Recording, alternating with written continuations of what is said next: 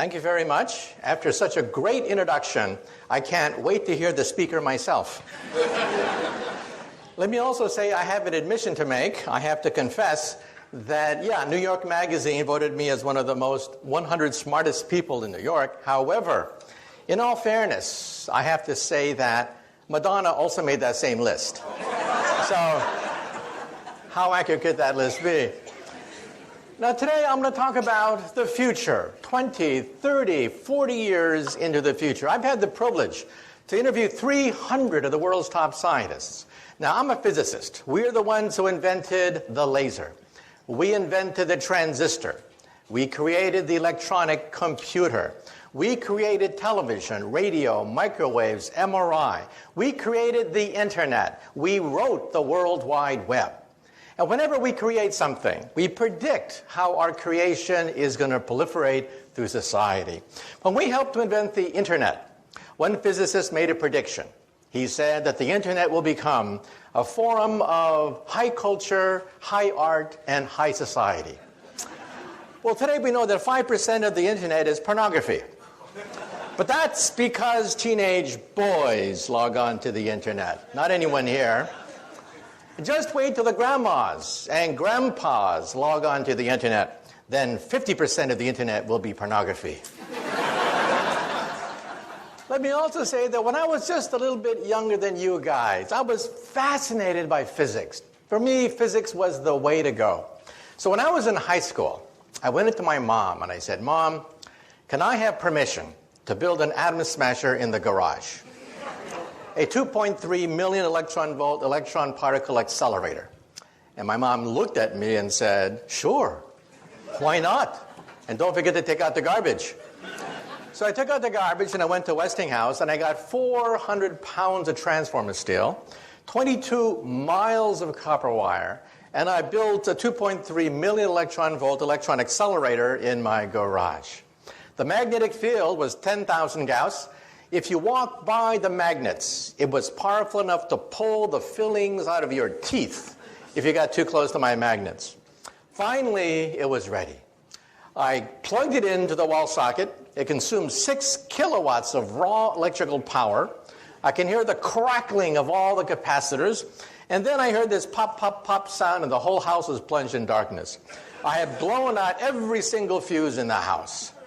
My poor mom, she'd come home from a hard day's work, the lights would flicker and die. And then she'd say, "Where's the fuse box?" And then she'd say, "Why couldn't I have a son who plays baseball? Maybe if I buy him a basketball. And for God's sake, why does he have to build these machines in the garage? And hey, why can't he find a nice Japanese girlfriend? I mean, why does he build these machines in the garage?"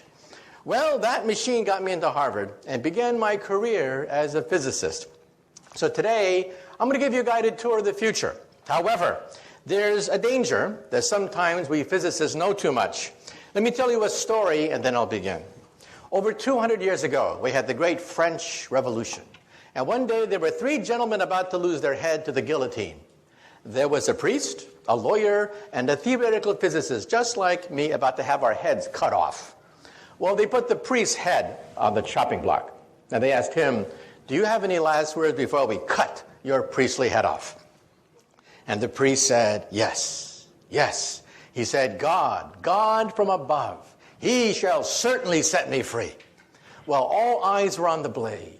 They raised the blade. The blade came down, swish, and it stopped right before it hit the neck of the priest. Well, the mob had never seen this before. They were shocked. They said, "God has spoken. Let the priest go." And now let's see about the lawyer. Yes, the lawyer. Now the bloodlust was starting. Yes, the lawyer. They put the lawyer's head on the chopping block and they asked him, "Do you have any last words before we cut your lawyerly head off?" And he said, "Yes." He said, "Maybe the spirit of justice. Yes, justice and mercy. She shall set me free." Well, they raised the blade. The blade came down, swish, and it stopped right before it hit the neck of the lawyer. Well, this time the crowd went crazy. They said, "Let there be a national holiday. Today, God has spoken. Justice, mercy have spoken today." And now let's see about that theoretical physicist. Well, They put the physicist's head on the chopping block, and they asked him, do you have any last words before we cut your head off? And he said, yeah, I got some last words. And he said, you know, I don't know too much about God, and I know even less about the law, but I do know one thing. If you look up, you'll see that the rope is stuck on the pulley. And then he said, if you remove the rope, the blade should come down real good. Big mistake. Big mistake. Well, the rope came down, the blade came down, and the poor physicist's head came down. And the moral of the story is, sometimes we physicists have to know when to keep our mouths shut. Okay? But nonetheless, let me give you a guided tour through the future. Because I've had a chance to interview over 300 of the world's top scientists. These are the people inventing the future. First of all, let me say that if you get cable television, you get the Science Channel. On the Science Channel, starting December 1st, as was mentioned, my book, Physics of the Impossible, is going to be appearing as a weekly TV series that I'll be hosting. Watch for it December 1st, every week after that. They call it Sci-Fi Science, Physics of the Impossible. So let's talk about that. First of all, how do we scientists know what's going to happen 10, 20 years in the future? How can we be so confident? Well, first of all, this is Moore's Law. On a log chart, you see that computer power doubles every 18 months. Now, what does that mean? This means that when you get a birthday card in the mail, you open it up, and there's a chip in it. And the chip sings, "Happy birthday to you." Well, that chip has more computer power than all the Allied forces of 1945. Hitler, Eisenhower, Churchill would have killed to get that chip. And what do you do with that chip? You throw it away in the garbage. Or look at this chart.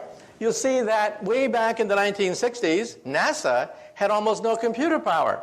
Your cell phone today, one cell phone today, has more computer power, according to this chart, than all of NASA when they put 2 men on the moon. This means that if cars obeyed Moore's Law, cars today would cost 10 cents. This means that when you park the car, you wouldn't even bother to put a quarter in the meter. The meter costs more than the car. So you wouldn't have to just park the car and walk away from it. So what does this mean? This means that by 2020, computer chips will cost about a penny. That's the cost of scrap paper. So we now know the future of the computer. The future of the computer will be everywhere and nowhere, hidden in the walls, hidden in the fabric of our life, just like electricity is, everywhere and nowhere. And this is the internet. We wrote the World Wide Web. The World Wide Web was written by a physicist to keep track of subatomic particles. And you can see here that the internet corresponds to prosperity. Where there is the internet, there's prosperity, there's commerce, science, finance. Where there's no internet, there's poverty. So one thing that we physicists do is we create something and then we simply give it away for free. So how will you communicate with the internet in the future? These are glasses that have full internet capability. You can download any website, any movie, do emails from these things, and they will also recognize people's faces. How many times have you bumped into somebody on the street and you say to yourself, who is this person? Jim, John, Jake, I know this person. In the future, your glasses will say, it's Jim, stupid, remember? You met him last week. Do you want to see his entire biography for you in your glasses? And let's say you're at a cocktail party. You're looking for a job, and you don't know who the heavy hitters are. In the future, you will know exactly who to suck up to at any cocktail party. Well, let's say you don't want to look like a refugee from Star Trek. In the future, glasses will be fashionable with full internet capability. They can be flashed directly into the retina of your eye. They can be flashed right onto the screen of your glasses or used as like a jeweler's lens as an attachment to your glasses. Fashion models will be wearing these things. Young people will demand to have full internet capability, any video, any movie, any website, any music, downloaded via your glasses. Now you may say to yourself, wait a minute, maybe I don't wear glasses. No problem. In the future, they'll be in your contact lenses. These are internet contact lenses that we physicists are trying to build. Imagine taking a final examination. Ha! Immediately the light bulbs begin to flash, right? Think of taking a final examination. You realize that in the future, professors are going to have to throw out their final exam because you can't simply record memorization on a final exam anymore. You'll have to convey concepts, principles, rather than memorizing the names of the crystals or the shapes of the minerals or whatever. Imagine full internet capability in your glasses. Well, we physicists are working on this even as we speak. Imagine, for example, going to a foreign country. You bump into somebody and they start to talk to you in a foreign language. No problem. In the future, you will see subtitles. Subtitles of a foreign language in your contact lens. And let's say you visit the ruins of Rome. It's such a big disappointment. You read about the great Roman Empire, and then you see all that's left, almost nothing left of the empire. You go to the Roman Forum, and you only use imagination, thinking of Julius Caesar and Mark Antony at the Roman Forum. No problem. Your contact lens will recreate the full animation of the height of the Roman Empire as you walk through the ruins. This is called augmented reality, not virtual reality, a mixture of reality with animation, with subtitles, with translations. Let's say you're driving a car.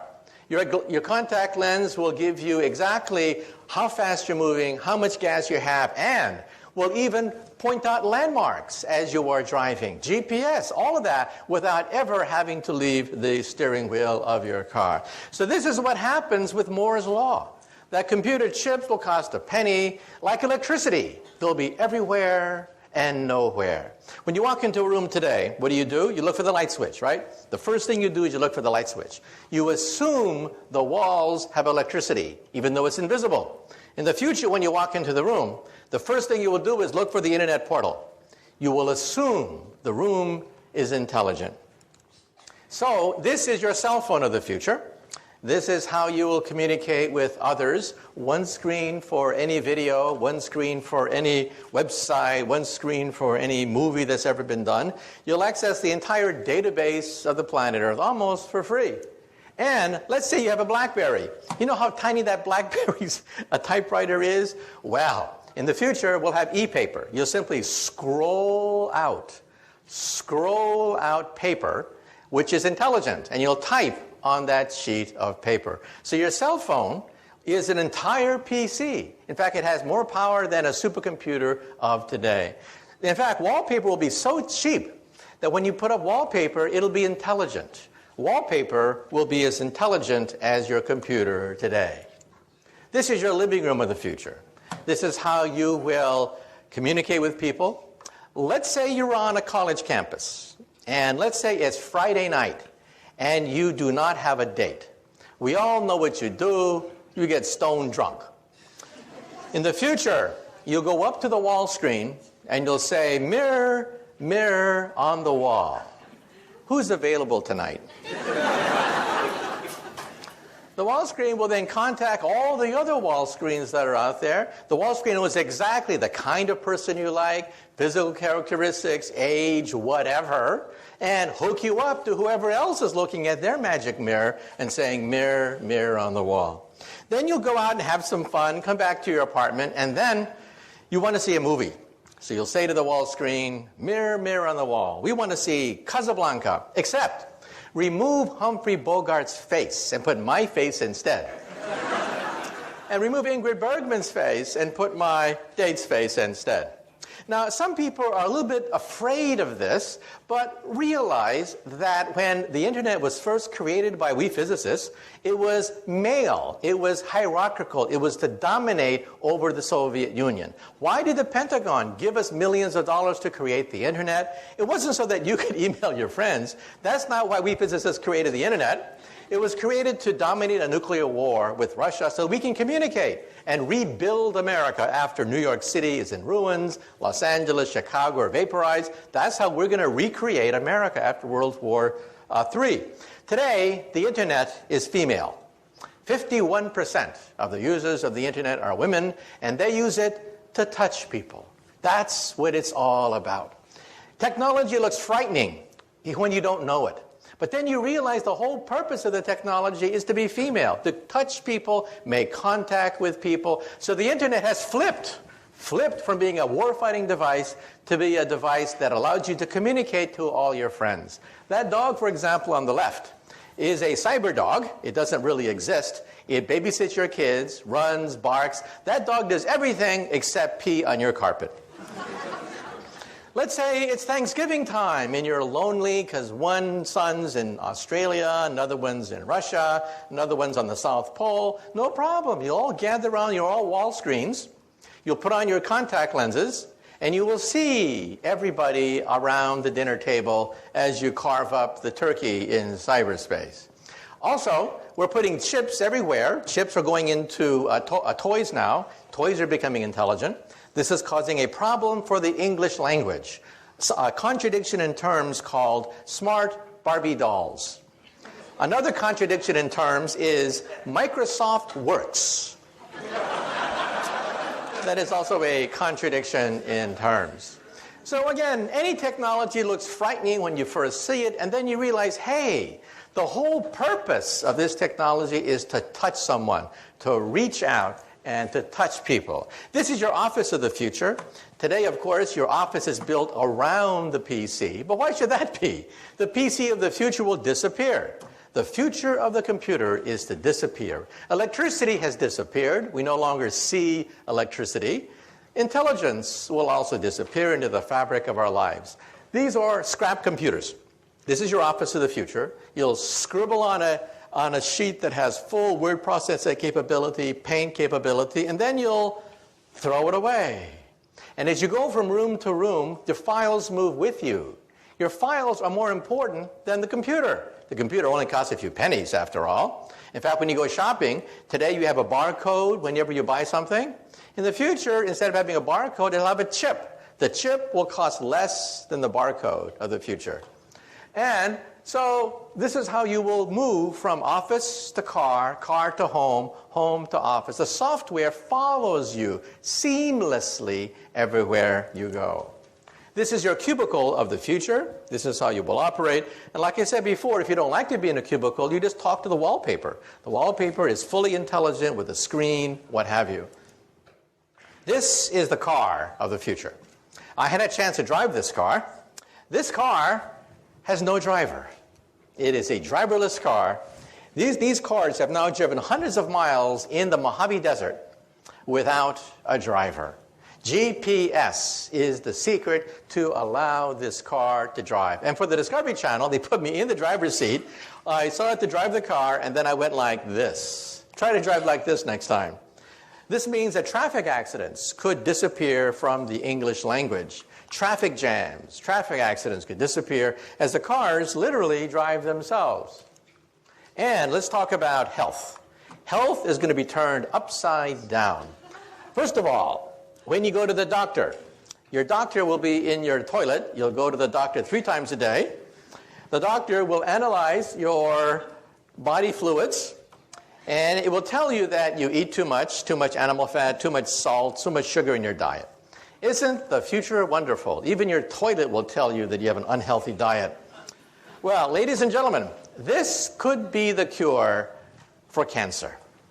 Because today, if you feel something in your breast, it's too late. It's really too late. You have 10 billion cancer cells growing inside your breast. Surgery is required almost immediately. In the future, when you go to the toilet, your toilet will analyze proteins emitted from cancer colonies of maybe 100 cancer cells, not 10 billion, but 100, and tell you, oh, by the way, you'll have breast cancer in 10 years. Well, watch out, but no rush. And there'll be chips scattered throughout your bathroom, which will analyze DNA. How do we know this? Because my friends are building these chips. They're called DNA chips. Chips that allow you to scan DNA within a matter of minutes. So even as you're going to the bathroom, combing your hair, what have you, your bathroom is giving you a complete medical examination. And we now know that DNA is computer tape. Instead of zeros and ones, zeros and ones, zeros and ones, we have ATCG, ATCG. And we can read computer tape just like we read DNA. So how will we do it? Every time you blow in a glass, you leave DNA there.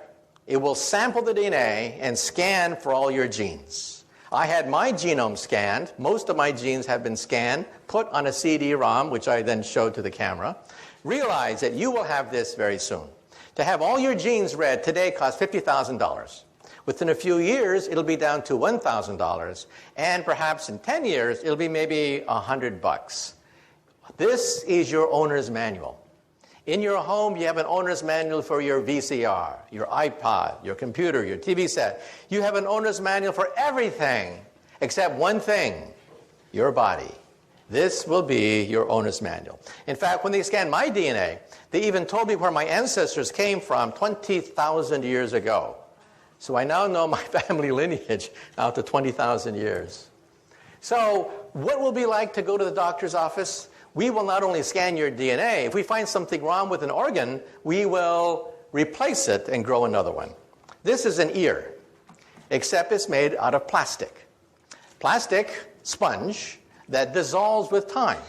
We take some cells from your ears, seed it into this ear, and it grows. It grows, leaving a perfect ear. Then the plastic dissolves with time because it is biodegradable. Here's bone on the left, ears on the right. Today, we can grow bone, blood, skin, cartilage. We can grow noses, ears, blood vessels, heart valves. The first bladder was grown 3 years ago. The first windpipe was grown just a few months ago. And we will grow the first liver perhaps in 5 more years. So for you alcoholics in the audience, there's hope. If you can hold on for 5 more years, you may be able to have your own liver. So let's now have the first DVD where we're now going to go into the hospital of the future. What it will be like if we can grow organs by seeding it with cells. What will it be like if surgery is done in 3 dimensions? So let's have the first video from the Discovery Channel, a program that I hosted called 2057, 50 years from now.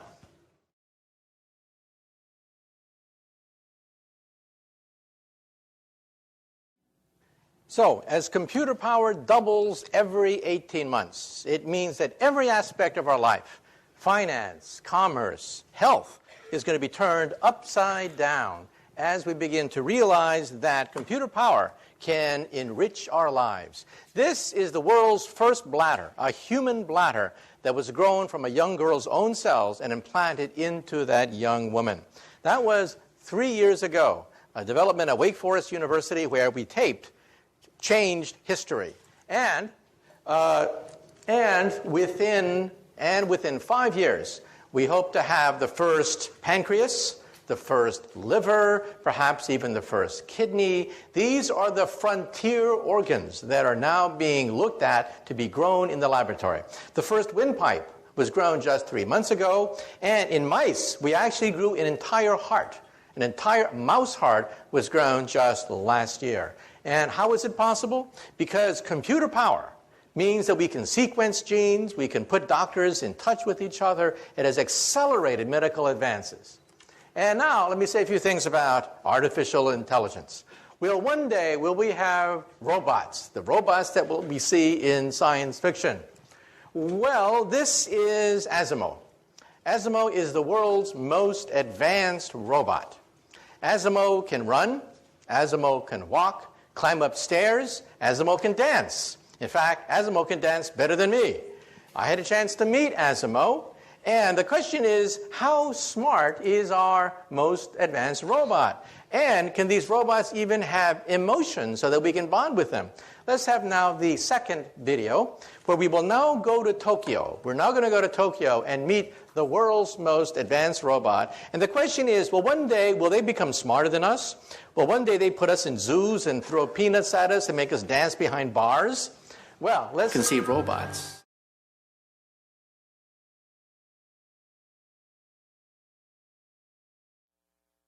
The question is, how smart are our robots? Well, one day, will they be smarter than us and put us in zoos? Well, first of all, here's the governor of California in a very bad mood. So, well, one day, will we have to deal with mad governors? Well, let's take a look at Asimo. You saw Asimo, the world's most advanced robot. How smart is Asimo? Well, let me tell you. Asimo is as smart as a cockroach, a retarded cockroach, a stupid, lobotomized, retarded cockroach. Asimo takes about 6 hours to walk across the room. Every movement pre-programmed. That scene that you saw took 3 hours. It took 3 hours for us to program every single move of that robot. So why is Japan spending so much time on these robots? Well, let me tell you a secret.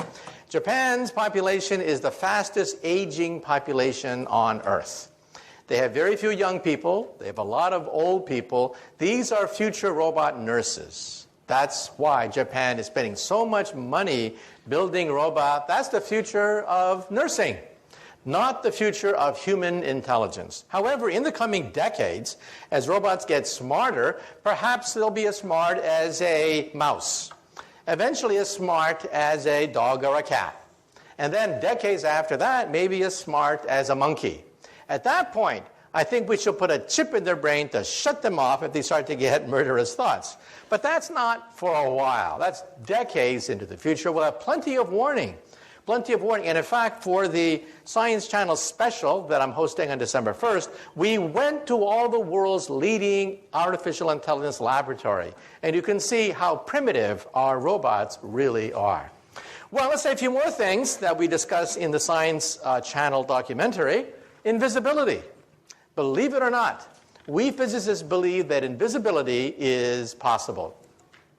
We flew down to Duke University, and we filmed the world's first microwave invisibility device. It'll make an object invisible to microwaves, and we went to Berkeley, where they can actually now do it for visible light. Now, there is a problem. If you are inside an invisibility cloak, you cannot see outside. It's only a one-way trip. Therefore, if you are inside the invisibility cloak, you need to punch 2 eyeballs so you can see outside.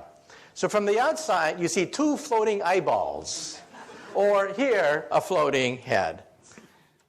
So remember that metamaterials allows us to bend microwave radiations around an object, just like water flows around a boulder.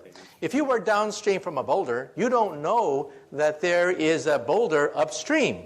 That works for microwaves, and at Berkeley and Caltech, on a microscopic scale, they showed that it works for visible light as well. So this means that in the coming years, coming decades, we may be able to attain full invisibility, just like you see in the movies, but we don't have it yet. Also, teleportation. Wouldn't it be great to simply zap yourself across the room, just like they do in Star Trek? Well, this is called quantum teleportation. And for the Science Channel TV series, we went down to Maryland, to the University of Maryland, where we actually photographed, with a TV camera, actually photographed an atom being zapped across the room. A TV screen lit up every time an atom was teleported from one chamber to the next chamber. Now, this, of course, creates problems, because if you're Captain Kirk, you have to die, you have to dissolve in the process of creating a copy of Captain Kirk over there. So who is that imposter over there? That imposter over there looks like Captain Kirk. He sells Priceline just like Captain Kirk, okay? So who is that person over there? You just saw him die, and there he is selling Priceline over there.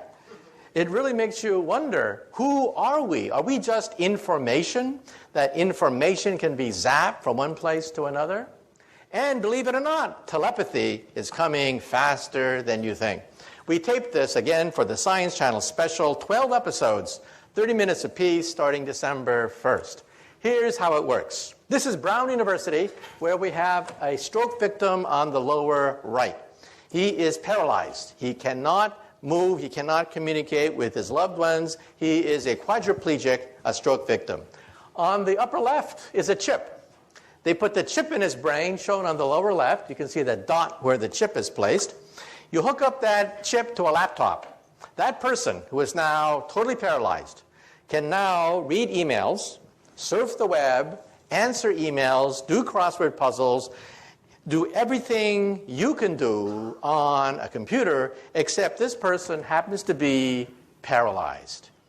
This means that in the future, you may want to simply communicate with the web by thinking about it. We can also use this technology, by the way. This is how it works, by the way. He's allowed to see the laptop. You see the connection on the right, an electrode that connects to a laptop computer, the world's first direct link between the human mind and a computer. And also in Japan, they have very tediously mapped images of the brain onto an MRI scan and had a computer recognize them. We can actually see the outlines now, the decoded outlines of an object that you are looking at with your eyeballs. This means that when you are asleep and are dreaming, we may be able to photograph some of the dreams that you have. This has already been done at Kyoto University, not with dreams, but with the person looking at an object. A computer decodes the images on an MRI scan. We can now recognize, the first thing that was done was a horseshoe. You can actually see the horseshoe, the person's horseshoe that he's looking at via an MRI scan. But in the article, it says that the next target is dreams. Maybe one day we'll be able to record your dreams. This is how it looks like. You have to put this thing on top of your head, but in the future, it may be invisible. It may be painless and invisible, and you'll be able to surf the web all by yourself. Also, we should also point out that we can actually use this for a lie detector test. When you tell a lie, your brain scan lights up like a Christmas tree. That's because first, you have to know the truth. Second, you have to create the lie. Third, you have to create the cover-up of the lie. And fourth, you have to analyze the consistency of the cover-up with all the other lies you've been telling all these years. That's a lot of brain power. And you can actually see that on an MRI scan. Now let me say a few things about the far future. So far, everything I've talked about is the near future. We're talking about 10, 20, 50 years in the future. Now let's look even farther. We went to NASA, and we visited the scientists who dream of one day building a starship. This, of course, is far beyond anything we can muster with today's technology. However, we actually interviewed scientists who believe that it may be possible to bend the fabric of space and time so that we can leap forwards across enormous distances, perhaps using Einstein's theory. This is a black hole. Black holes are not science fiction anymore. We photographed the accretion disk of black holes. This black hole lies at the center of a gigantic galaxy, NGC 4258. That dot you see at the very center is about 1 light year across. In the inside of the dot is a raging black hole. In fact, if you want to see a black hole tonight, go outside, look in the direction of Sagittarius. That is the center of the Milky Way galaxy. There's a black hole there, which in some sense lies at the center of our galaxy. So kids ask the question, if the moon goes around the Earth goes around the sun, then what does the sun go around? Well, we know the answer to that. The sun goes around a black hole in the constellation Sagittarius at the center of the Milky Way galaxy. Now, if you look at that black hole, it's rather disappointing. Dust clouds obscure the galactic nuclei. If you could somehow remove the dust clouds, then you would see a fireball rise every night, perhaps rivaling the moon in brightness, with a raging black hole at the center. Unfortunately, dust clouds prevent us from seeing this huge fireball that by rights should be illuminating the night sky. And if you have wormholes, perhaps one day you may be able to even bend the fabric of time itself. This, of course, takes us into science fiction, but actually we do have a theory of time travel. Now, some of you may say to yourself, well, you know, I've seen these time travel movies. I know what happens if you go backwards in time and meet your teenage mother before you're born, and your teenage mother falls in love with you. Well, you're in deep doo-doo if your teenage mother just fell in love with you before you are born. Now, if you think you're so smart, let me give you the mother of all time travel stories and see whether you can figure this out. Let's see whether you're smart enough to figure this one out. The year is 1945. A stranger comes in from the darkness carrying a baby girl that he leaves at an orphanage. Well, the nuns find this baby girl. They don't know where the baby girl came from, so the nuns call her Jane. And Jane grows up as an orphan, wondering, who is my mother? Who is my father? Well, when Jane is 17 years old, she's a beautiful young woman, and then she has her first boyfriend. A drifter comes drifting into her life, but it was not meant to be. They quarrel. She argues with her boyfriend, and it's a very sad story. First, she finds out that she's pregnant. Her boyfriend has left her. She's abandoned and pregnant. She's rushed to the hospital 9 months later. She delivers a beautiful baby girl, but somebody that night breaks open the window of the hospital, kidnaps Jane's baby girl, and leaves in the darkness. Well, it's even worse than this. Jane is bleeding very rapidly. She's going to die. The doctors have to perform an emergency experimental operation. They have to change Jane into Jim. Well, Jim wakes up the next day with this huge headache, and he's told the bad news. First, the boyfriend left her pregnant, somebody stole her baby, and now she's not even Jane anymore. She's Jim. Well, Jim grows up and becomes a barroom drunk. Every time someone says, who are you, Jim? Where did you come from? Who was your mother or your father? Well, finally, Jim one day is once again stone drunk at the bottom of a bar after a bar fight. But the bartender comes up to him and says, Jim, wake up. You see, I'm not really a bartender. I'm a time traveler. Come into my machine and let us find out who is this Jim/Jane. So they go back, way back into the past. So poor Jim, he doesn't quite know where he is in the past. But suddenly, he meets this beautiful 17-year-old girl. And it's love at first sight. But you know, it was not meant to be. They quarrel. And then Jim finds out that his girlfriend is pregnant. And then Jim says to himself, oh my God, history is repeating itself. This happened to me. Well, I'm going to make sure that my baby gets the best education possible. That night, 9 months later, Jim goes to the hospital, breaks open the window, kidnaps his own precious baby girl. And then Jim and his baby girl go back into the time machine. Again, way back into the past, until it is 1945. It is a dark and stormy night. Jim comes in from the darkness carrying his precious baby girl that he drops off at an orphanage.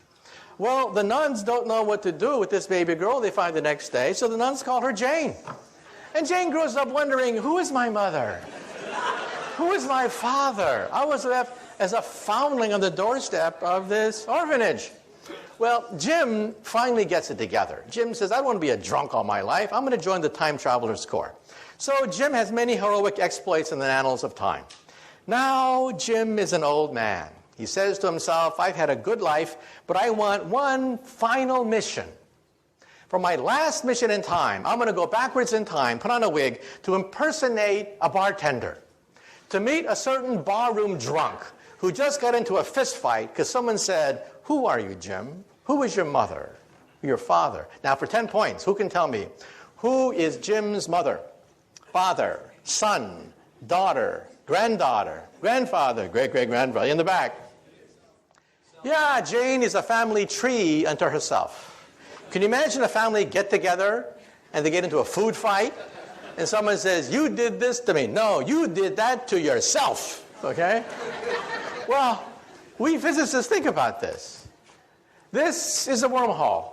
This is what I do professionally. I work in something called string theory. I'm the co-founder of string field theory. And we think that perhaps the fabric of space and time can be bent. In which case, perhaps you may, just may, be able to go backwards in time. However, the energy necessary for this is the energy of a black hole. So this is not for us anytime soon. However, 150 years ago, there was a gentleman in England, a mathematician at Oxford University, who wrote the first book on wormholes. Who was this professor of mathematics at Oxford University? Does anyone know the name of this Oxford University professor? His name was Professor Charles Dodson. He could not write under his real name because he was an Oxford professor. So what did he create? A pseudonym, Lewis Carroll.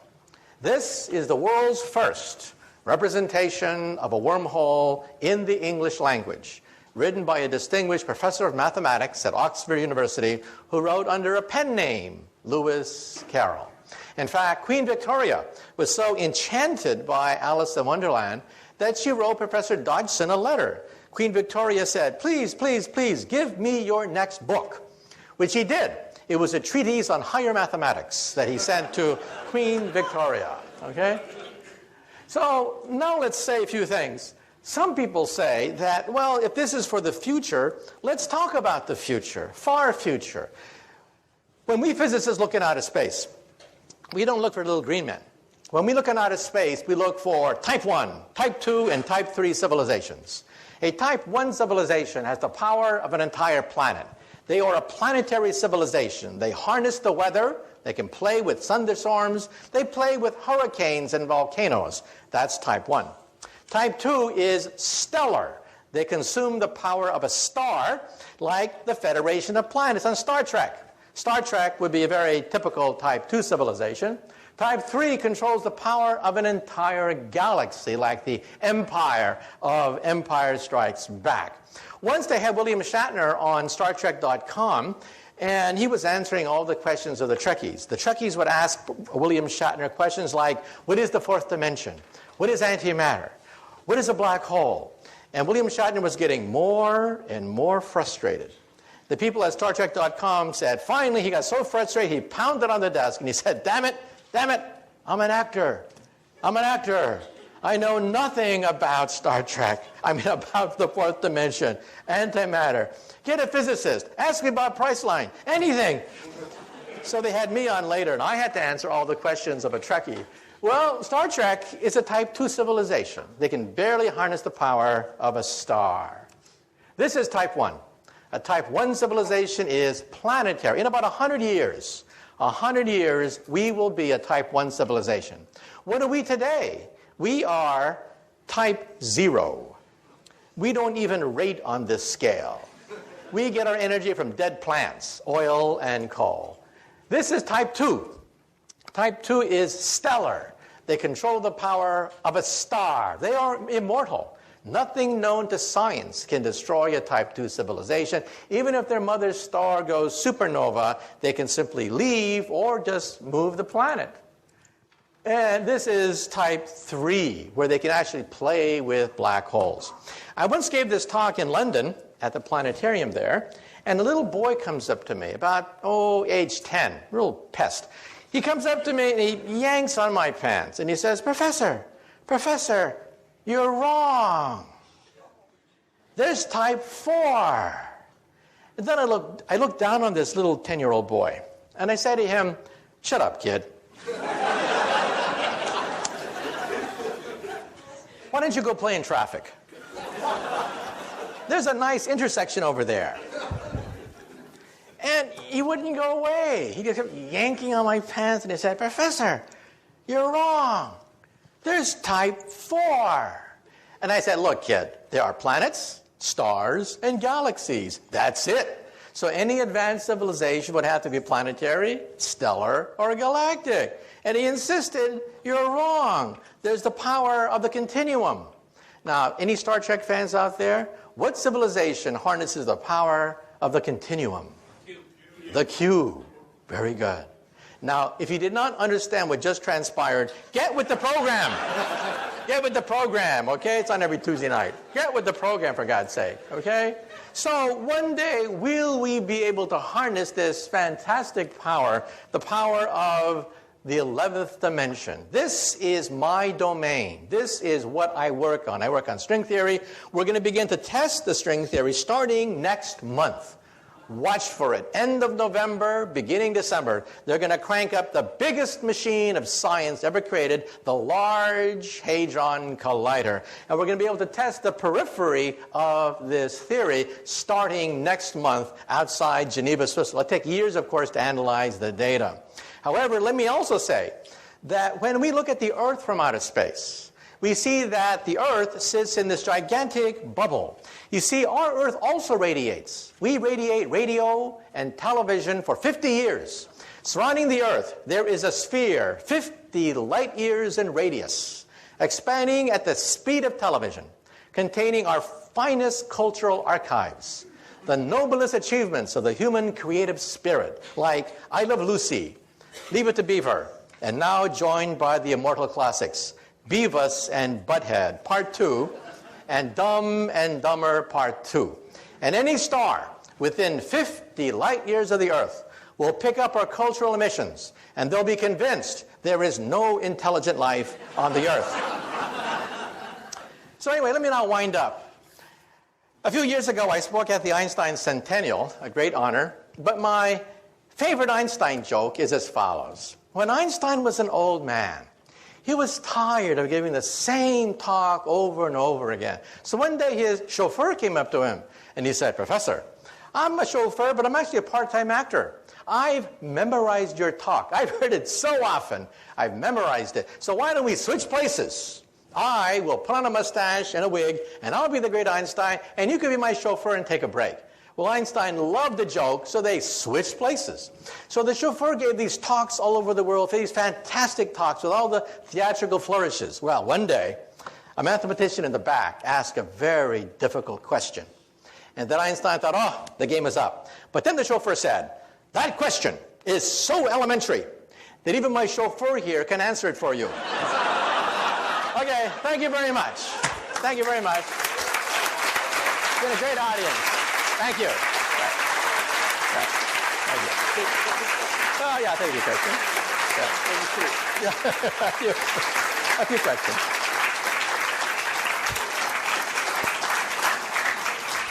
Wonderful, right? Really wonderful. Dr. Kaku will take 2 or 3 questions because the time is short. So, you have a question?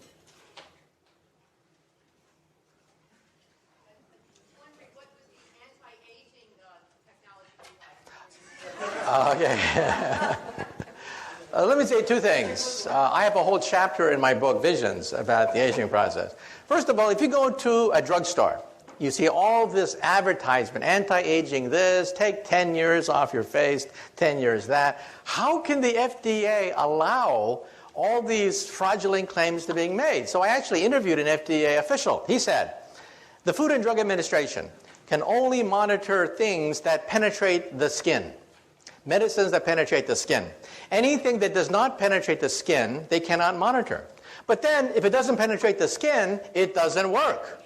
So in other words, you can only lie through your teeth as long as it doesn't work. Let me repeat that again. According to federal law, you can make any statement you want about take life, take 10 years off your face, whatever, anything you want, as long as it doesn't penetrate the skin, as long as it doesn't work. Now, let me tell you the science. We went to MIT and we interviewed the discoverer of a rather important gene that's creating headlines. Oprah Winfrey devoted a show to it, 60 Minutes devoted to a show to it. It's called SIR2.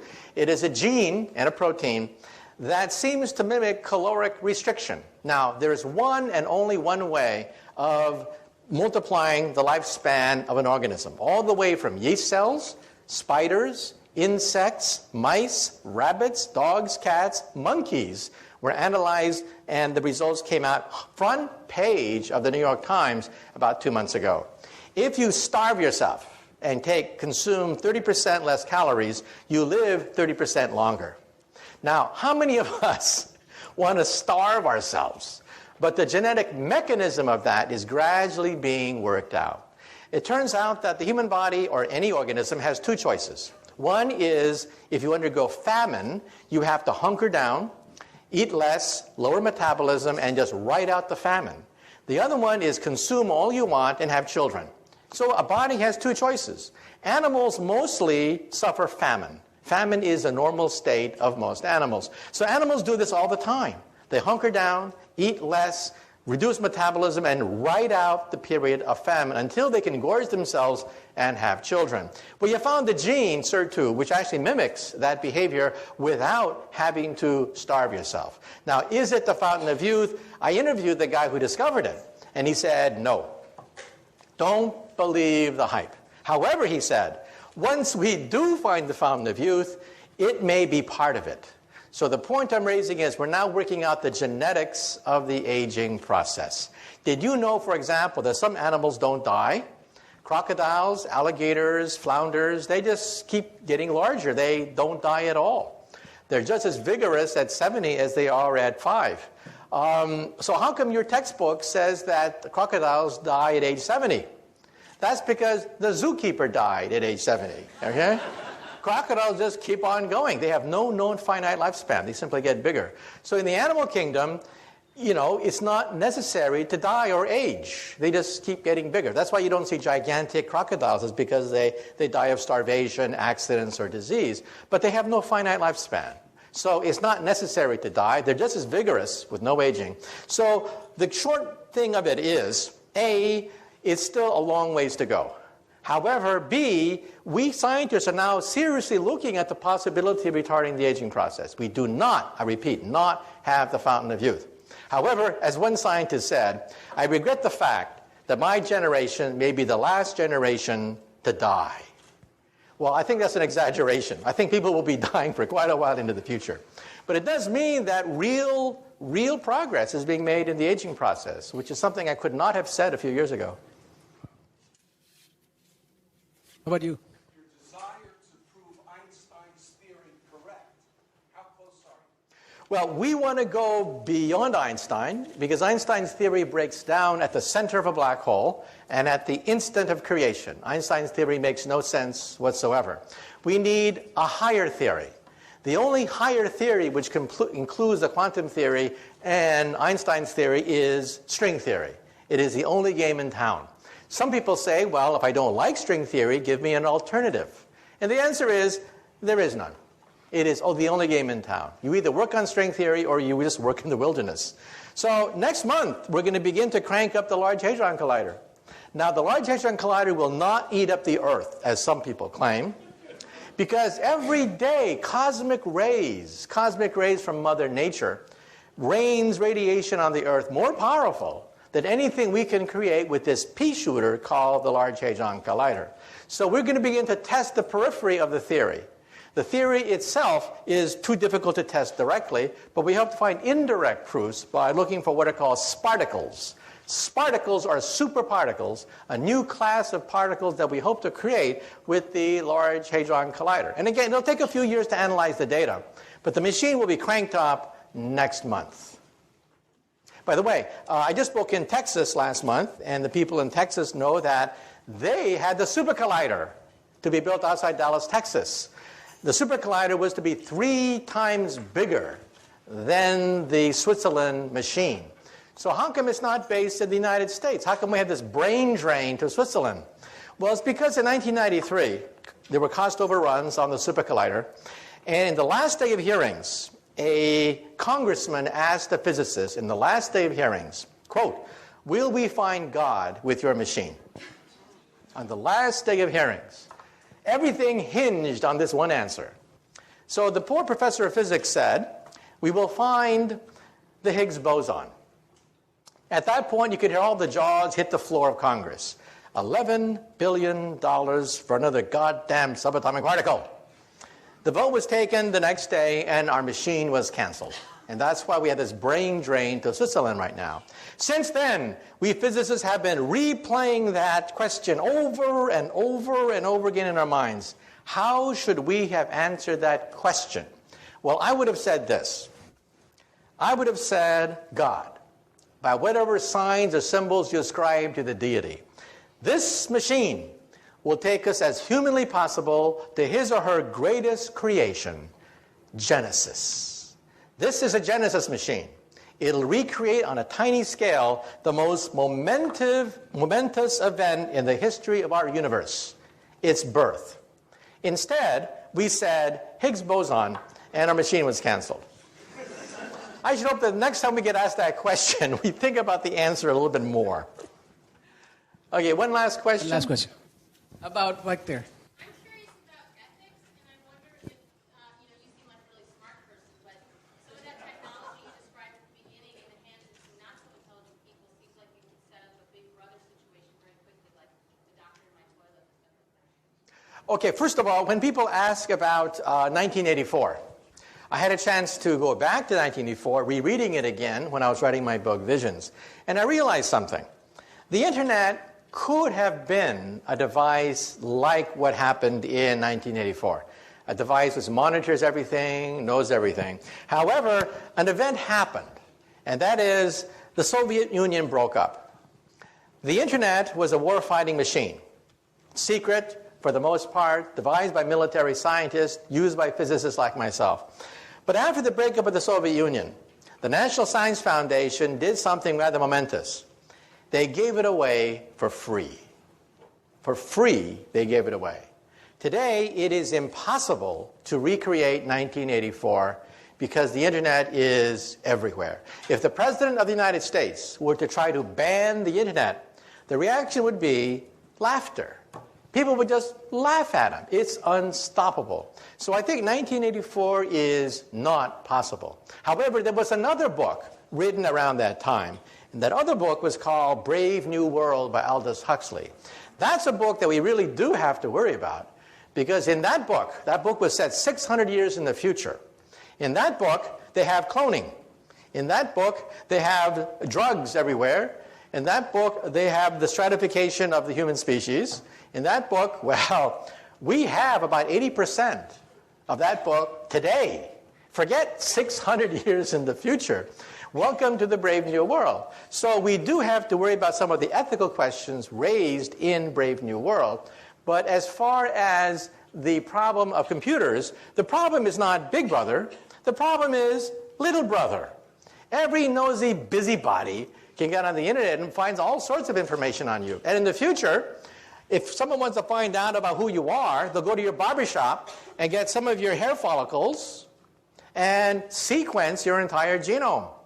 This means that the National Enquirer, instead of getting photographs of Brad Pitt, will have his entire genome read by getting some of his, his hair, and it's going to create a huge problem of genetic privacy. Today, if you have a matchmaker, one of the principal purposes of a matchmaker is to look for hidden diseases inside your family tree. Well, in the future, all a matchmaker has to do is go to your barbershop and can find all sorts of genetic diseases inside your family tree.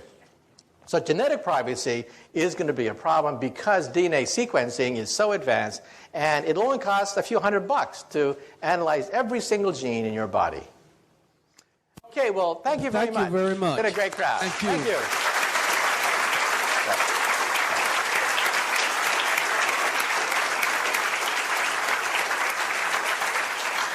There are some refreshments outside, and I'm certain that if we do not overcrowd him, we might be able to have some contact or some personal discussions with Dr. Kaku. Thank you again for coming. Okay.